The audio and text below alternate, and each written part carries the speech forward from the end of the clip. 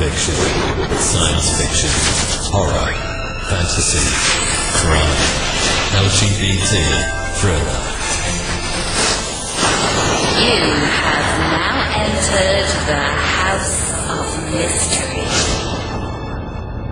with your hosts, Eric Shapiro, David North Martino,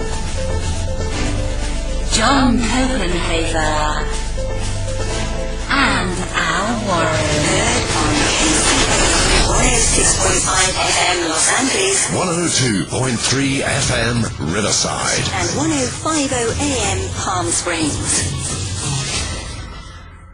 Welcome back into the House of Mystery. I'm Al Warren. Today is Joe Goldberg Day. I'm in the house. You're in the house, taking a break from your last-minute editing for your book. Yeah, it's non-stop. There's always that one word, but you keep going until you find the right one. And sometimes you don't. That's true. Then you just leave it blank and make everybody wonder what it was. Yeah, I kind of have that ending. Anyway. Yes. Yeah. Let's bring in, we've got a great writer waiting, all the way from London, and his newest book is called Traitors Gate. Mr. Jeffrey Archer, thank you for being on the show. My pleasure, Alan.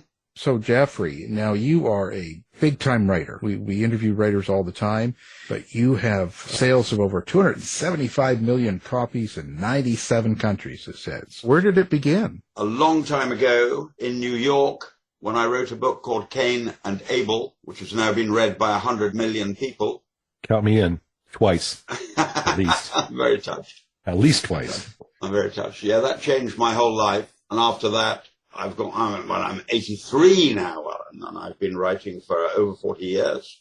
But the latest book has caused a big stir because I've been writing about how to steal the crown jewels, which of course is a farcical idea until I actually got the idea from a member of the royal household. So that has caused a lot of interest in this country.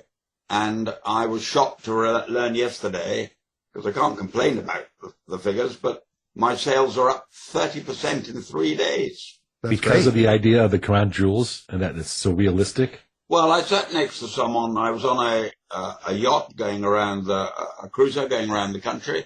I sat next to this man, or was it a woman, who said to me, I've read all your books, I love them, but I now know what your next story is. And that I usually say to them, have you killed your husband? And if they don't say yes, I move on. But she said, no, I haven't. And I said, well, get in touch when you do.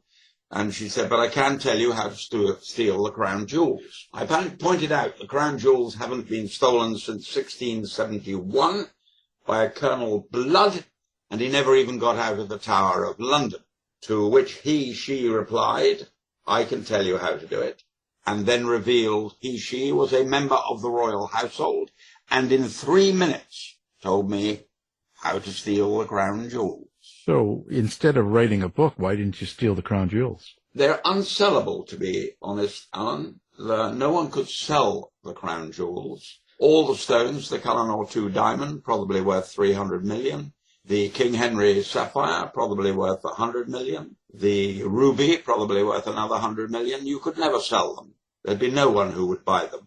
The 2,816 diamonds, you could probably take them out one by one and sell them. But it wouldn't be a good proposition because half the police forces on the earth would be looking for you.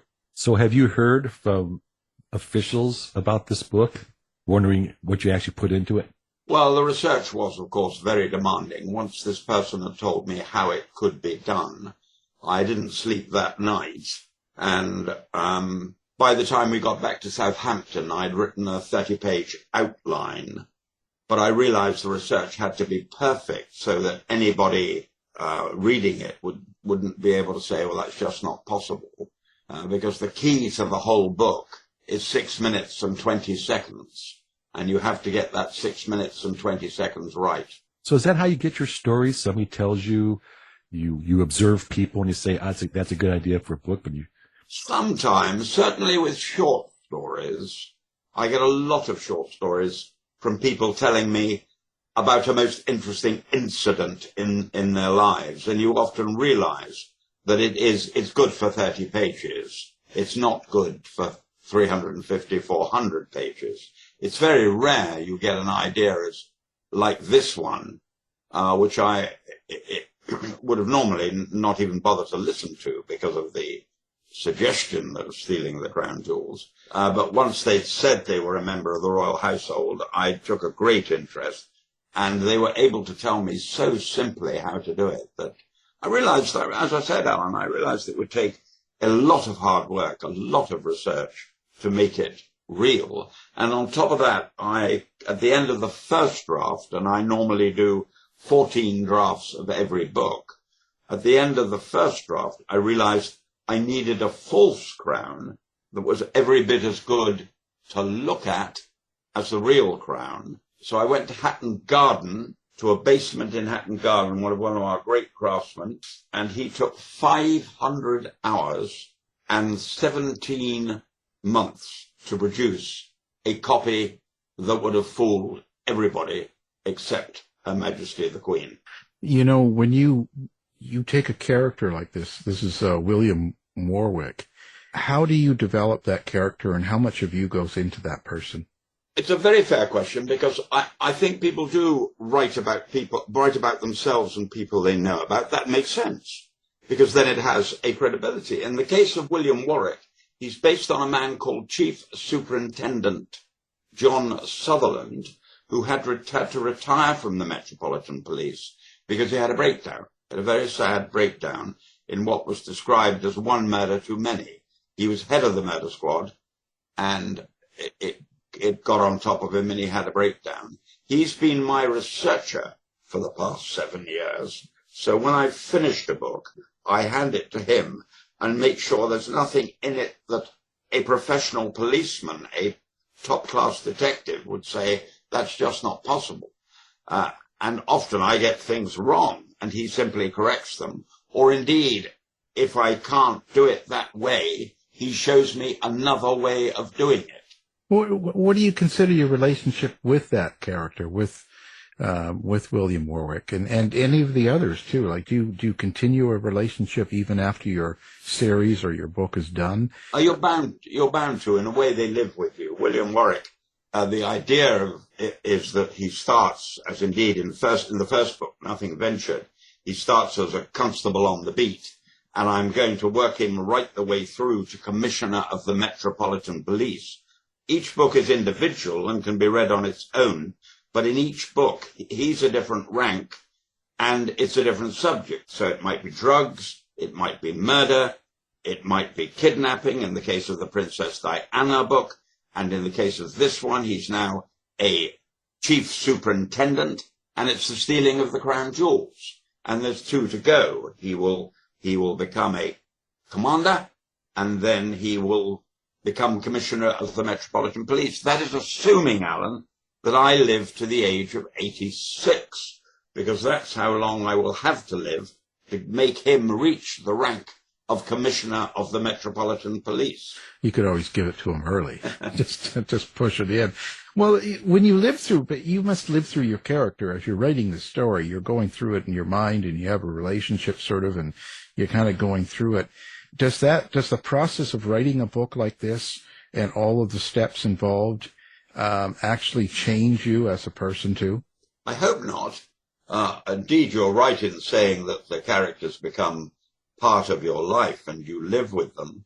In fact, I'm always amazed when the villain in this book, Faulkner, who's been the villain all the way through, Miles Faulkner, and indeed through the Clifton Chronicles, when Virginia was the villain, people literally write to me about them as if they're real. And I have to write letters back explaining that they're not real, they don't exist. But in answer to your question, Alan, the truth is with all of them, whether they're good or bad, they're based on people you've met and dealt with. You're quite right about that. So how has time changed your relationship, your building of characters, the way they act in society?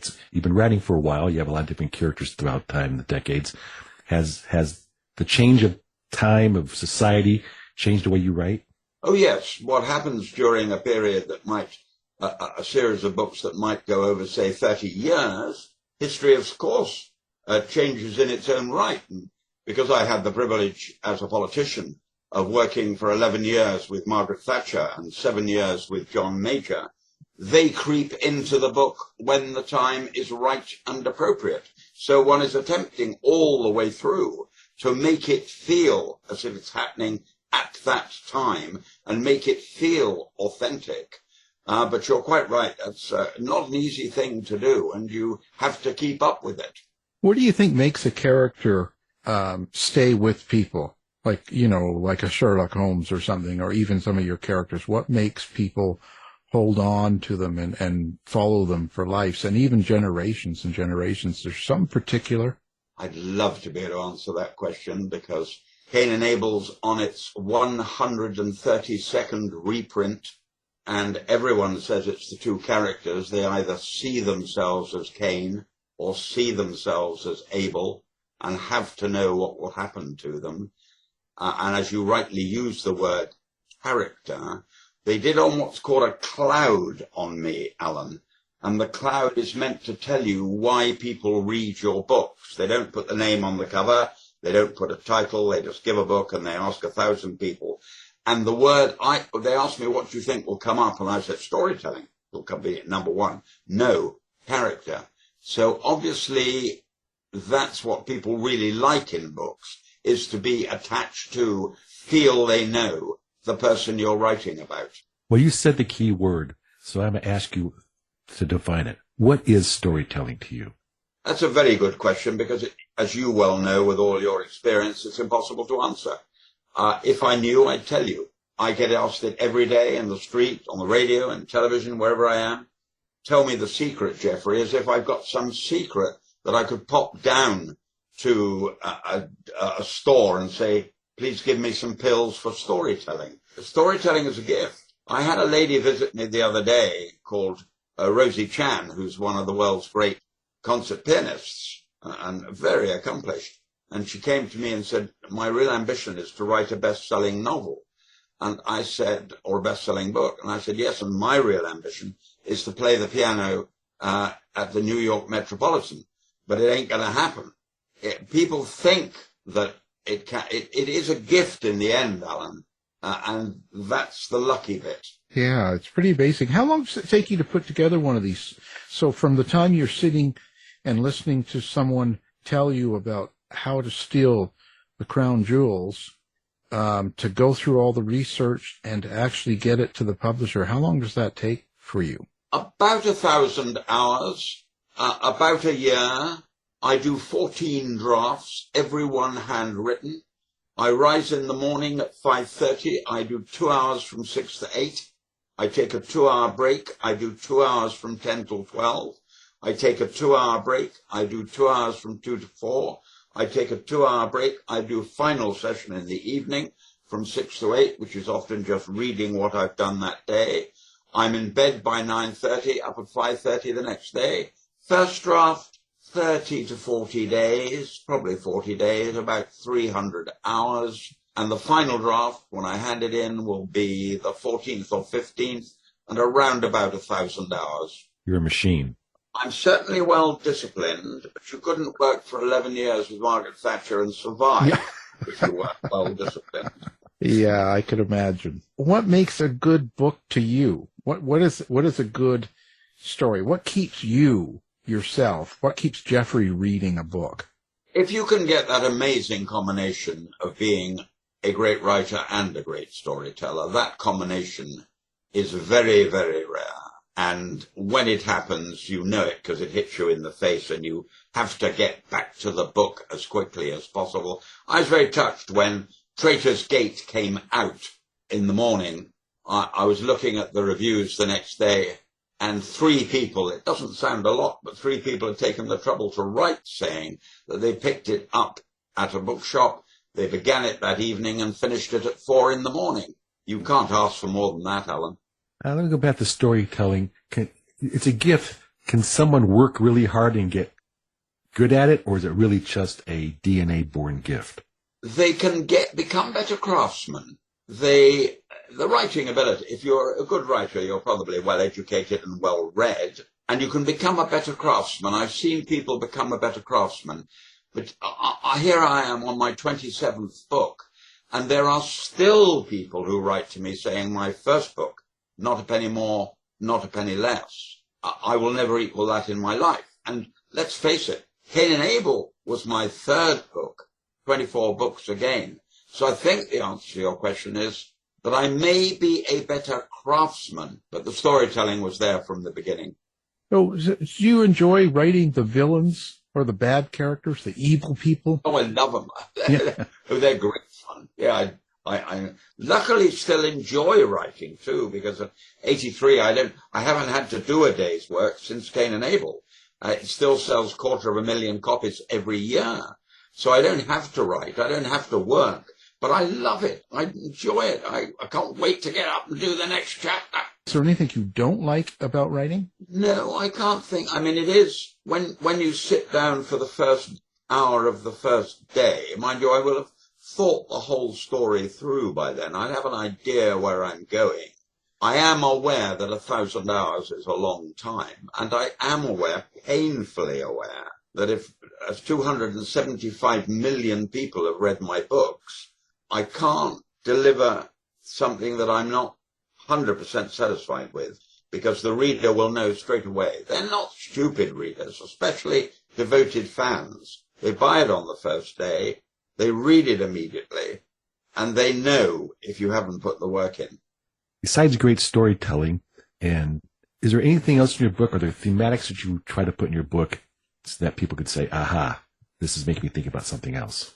Well, you try very hard. If it's, for instance, in the book before Traitors Gate, next in line, the kidnapping of Princess Diana, who I had the privilege of working with, you try to put in facts that people don't know so that they enjoy saying, oh, did you know Princess Diana did this? Or about the crown jewels. Did you know that the crown jewels, etc., etc.? So yes, one tries to drop in interesting stuff. But what you mustn't do is say, look how clever I am. Here's 3 pages on how clever I am.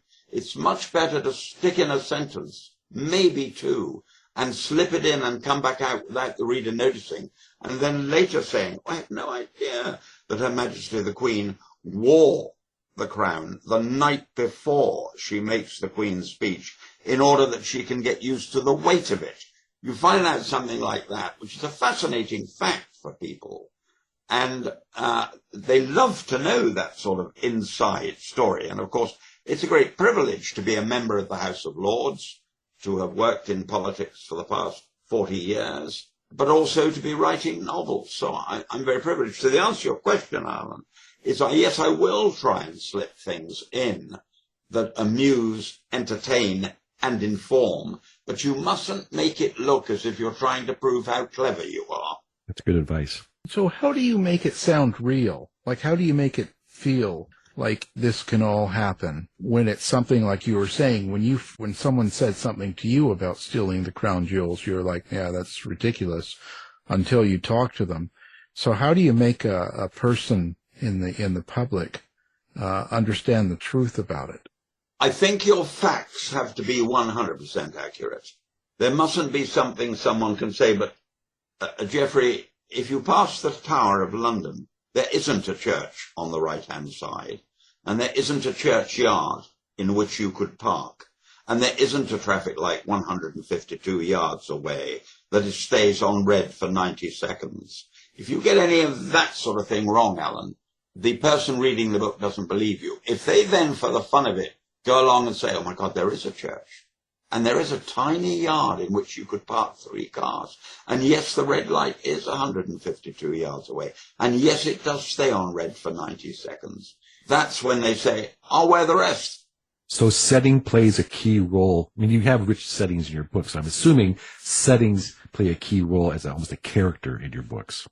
Yes, I think the characters, as you pointed out earlier in this book, are the vital things. You have to believe that Faulkner could go through with this entire exercise. But more important, when the twist comes, you have to believe it's possible to get the crown back to the Tower. So anybody in your real life that you use as characters or parts of characters in your story, like people you know personally? Well, when when Margaret Thatcher drops in, or the Queen only has one line in the entire book, because I didn't want to write about the Queen. The Queen only had one line in the book, is when she picks up the crown, and when she goes in to make her speech in the House of Lords, she puts it on her head herself. She has no one to help her, because she wants to feel it's comfortable and it won't fall off. But when she picks it up, she says to the Lord Chamberlain, "No doubt there's a simple explanation." And then the two of them realize, of course, it isn't the real crown, but no one else realizes it isn't the real crown. I like it, yeah. So have you ever gotten into a story where you're putting it together like this and decided not to go ahead with it, or that you weren't going to publish it? No, that has never happened. I think my stories are out a year before. They can change in the feel of them. That can happen.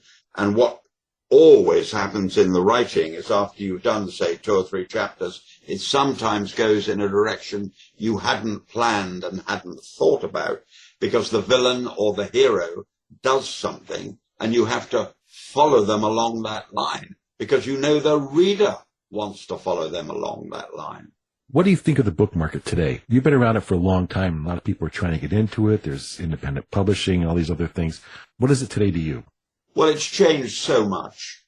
When I wrote Kane&Abel, and they did it on television, there were only 3 channels in Britain, Alan. So 17 million people watched it in Britain, and 40 million people watched it in America. Now there are 300 or 400 channels. So that's one big difference. The second big difference is, when I wrote Kane&Abel, there was no Kindle. There was no digital books. You had to buy the hard copy, and then you had to buy the soft copy. Nowadays, I was looking at the percentages already in the first week. 45% of my books are either on Kindle, digital, or audio, and 55% of my books are real books bought in a shop. So that's a big change. And when people say less people are reading, it's not true. Amazon has come out, and Amazon, on top of the books I would sell, I would say a quarter of my books go through Amazon. So more people are reading books than ever in the past. I dare I say it, Alan, partly because there's so much rubbish on the television. but they've made your stuff into television shows. Yes, they very kindly made Kane&Abel, and First Among Equals won several awards, and Not a Penny More won several awards. But nowadays, of course, it's much harder, much more difficult. I mean, I've enjoyed certain series, and they rise to the top for me, but there's so much on every night. You don't know where to turn. I go on advice, to be honest, Alan. I don't know what you do. Someone rings me and says something is special, I watch it. That's all you can do, right? Give it a try and see what happens. Yeah. Do you ever start out, like, okay, so you hear about the crown jewels and you figure you're going to write. Do you ever sort of put in a subtext, or do you have a meaning or something you want the reader to take away from the book? Or is it purely entertainment? Well, I don't set out to educate. No, I set out to entertain. I want you to turn the page. But a very pleasant experience happened in India at the Jaipur Book Festival, where 8,500 people came to hear me speak. Afterwards, I was invited to go to the palace, and because my well-known love of art, to be shown round the palace and see all the art in the palace. And the curator, a lady of, I'm guessing 40, showed me around the palace, and I can usually tell within 2 minutes whether someone has read my book or read any of my books. But with her, it was a complete mystery. She showed me some wonderful sculptures and some wonderful paintings. And I don't say to people, have you read my books? But you usually get, as the gentleman on with you earlier, you know, he said he'd read Kane&Abel 2 times. He may have read it more. I mean, that just between us, everyone will hear it. That happens every day of my life. But she said nothing, absolutely nothing. And when I got to the end of being shown round the palace, she got to the gate, the great, wonderful gates that lead into the palace of Jaipur. And my car is waiting, and I say, extremely kind of you to show me around, and I enjoyed every minute of it. And she said, I'd like to thank you for getting me this job.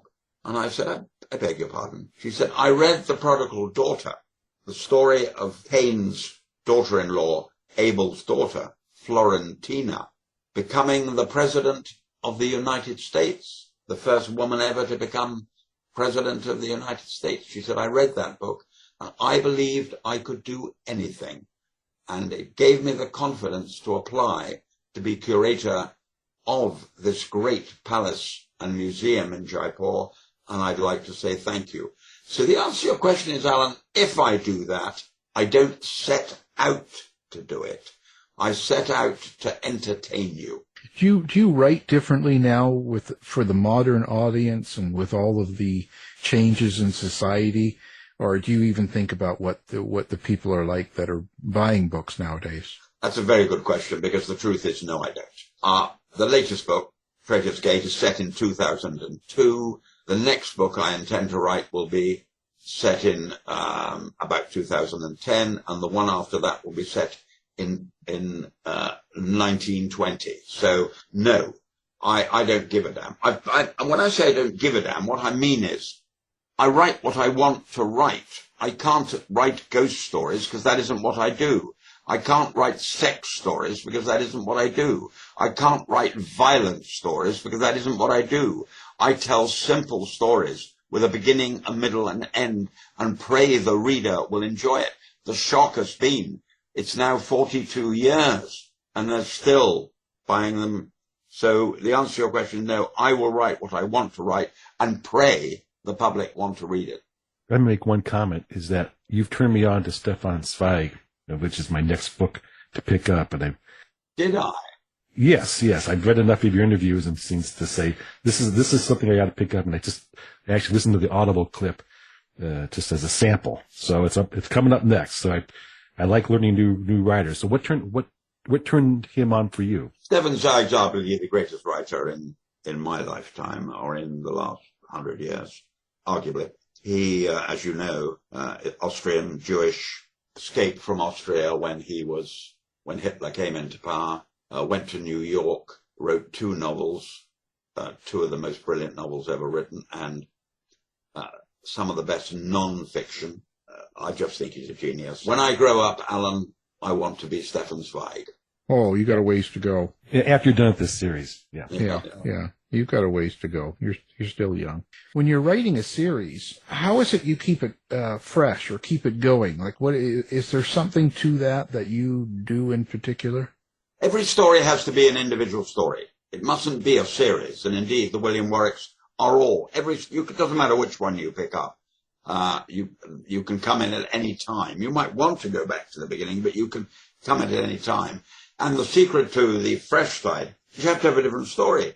So there's the first story is how he is a young constable on the beat, becomes a detective, and because he read art history at university and a Rembrandt has been stolen, he's quickly put into that department while they try to track this Rembrandt. The second story is about drugs. The third story is about murder. The fourth story is about the kidnapping of Princess Diana. So what you've got to have is a different story. So Traitors Gate, as we now all know, is about stealing the crown jewels. And the next book, which I've just finished and is going into the publisher fairly soon, is about Thomas Jefferson. But what happened 250 years after his death? Oh, there you go.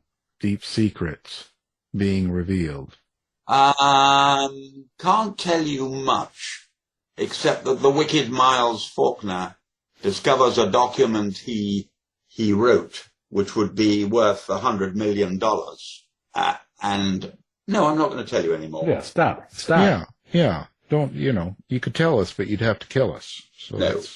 That's no good. You have to delete it. Yeah. Yeah. Do you think about the violence and how you write violence on the page? No, I think you've It's a tricky question to answer, that one, but I think you just get on with it and pray, really. I know it sounds silly, but you just get on with it and pray. In the world of sensitivities, do you, for lack of a better word, cancel or self-censor yourself as you're writing nowadays, worrying about offending? Well, I was very interested that someone wrote in and said that I had described a black person in the book as a West Indian. And they said I now must describe them as a Caribbean. And I thought about that. I thought, have we reached that stage where I have to change one word or two words in Kane&Abel? And I thought, I'll leave it.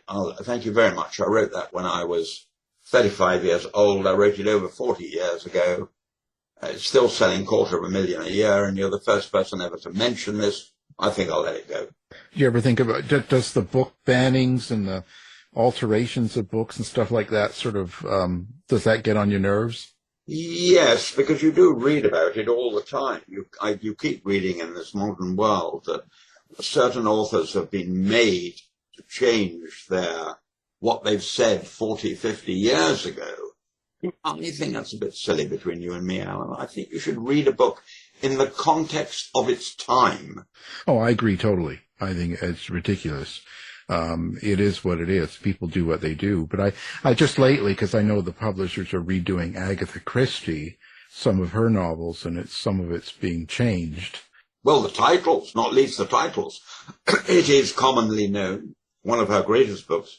In some ways, I think her greatest book, was it 12? Oh, my. Years or 12 Little became 12 something else. And now and then there were none.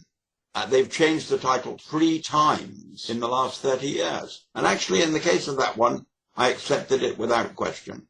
Yeah, it's kind of strange times, you see. They are very strange times. And I don't know how you can sit there with a straight face. Well, you've got a former president of the United States leading the polls and almost certain to become the candidate with 91 charges against him.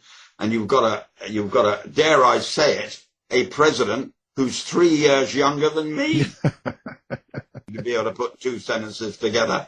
Well, I can sit with a straight face because I'm Canadian. So, Oh. So how many stories have you got going at a time? Have you got already 2 or 3 more planned? Well, no, you can only work on one at a time, but you can begin to get ideas for future stories all the time. But what you mustn't do is get distracted from the book you're writing. So now that Traitors Gate is in the shops, being sold, I mentally put it behind me and concentrate on the next one down the line, the missing letter. And the brain is on that now pretty well 100%. You've written across the spectrum, children's books, non-fiction, fiction books. Is there one that you like more? Obviously, you write more fiction books than others, but is there one that you really like? I want to get back and write those children books again or something. Well, I only wrote children's books. A strange thing, I'll answer that absolutely accurately. When my children were 6 and 4, Kane&Abel came out, and they couldn't understand why everybody was making such a fuss. Of course they couldn't. They couldn't read Kane&Abel at the age of 4 and 6. So I wrote Willie and the Square World and Willie and the Killer Kipper just for fun, so that they had something to read. And to my surprise, everybody wanted, well, not everybody, a lot of people wanted to read them. But I've never written anything for the last 40 years on the children's front because I'm so concentrating on the novels. My heart and energy is so much in the next novel that became a bit of an anomaly. But that was the reason I wrote them, Alan. It was because the children were going to school, and I remember driving. My wife was a don at Oxford and then Cambridge, and then became chairman of Cambridge University Hospital, and is now the first woman ever to chair the Science Museum in Great Britain. In fact, she's dining tomorrow night with the chairman of the Fitzmilian. Sorry, not with the Fitzmilian, with the Smithsonian. And so she has an amazing life. And the children got a bit worried that I was driving them to school because other children said to them, "Is your father out of work?" And they said, no, he writes books. They really thought I was out of work. So yes, I felt sorry for the children because they were Why doesn't your mother drive you to work? Why does your father drive you to work? Because Mary had a very important job. Oh, yeah. It's all about perception. That's a story. Yeah. Quite right. Was there any other author you've ever wanted to work with? No, I think the thing that horrifies me most, Alan, is these. I was saying the other day, so said to there's a new Clive Cussler book out. I don't understand it. He's been dead for 10 years. And they said, yep, they're writing novels with his name on the cover and they're doing very well. I don't approve of that. I've told my children when I go, and I'm 83 at the moment, when I go, they are not to produce Jeffrey Archer novels. It ends when I end. I want to be if Kane&Abel's on its 132nd reprint, I've every right to believe they'll go on reading it after I've gone. And I don't want my fans, those people who've been so loyal to me over so many years, so say he didn't write this. No, that will not happen. Well, I thought I would get the job. No, I appreciate it. Now, listen, now, do you have a website and all of that for people? Or Yes, on the back of the book, you will see my email, my website. They all get in touch. I get about 1,000 letters a week. There 900 are saying the same thing. But 100, my secretary still puts them in front of me and says, they're often ideas for stories, and one writes nicely back. And they're often very kind about books they've read, that's easy for her to deal with.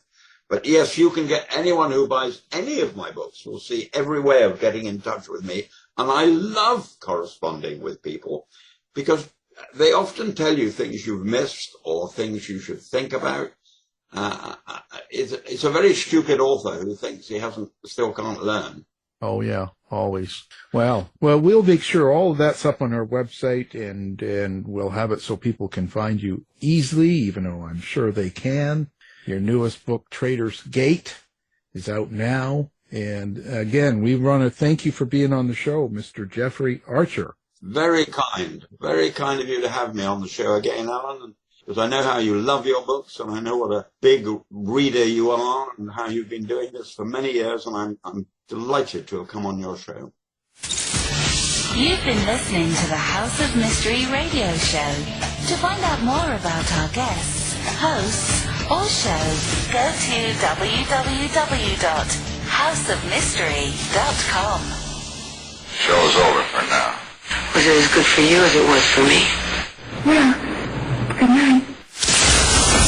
This has been a production of Something Weird Media. I'll be back.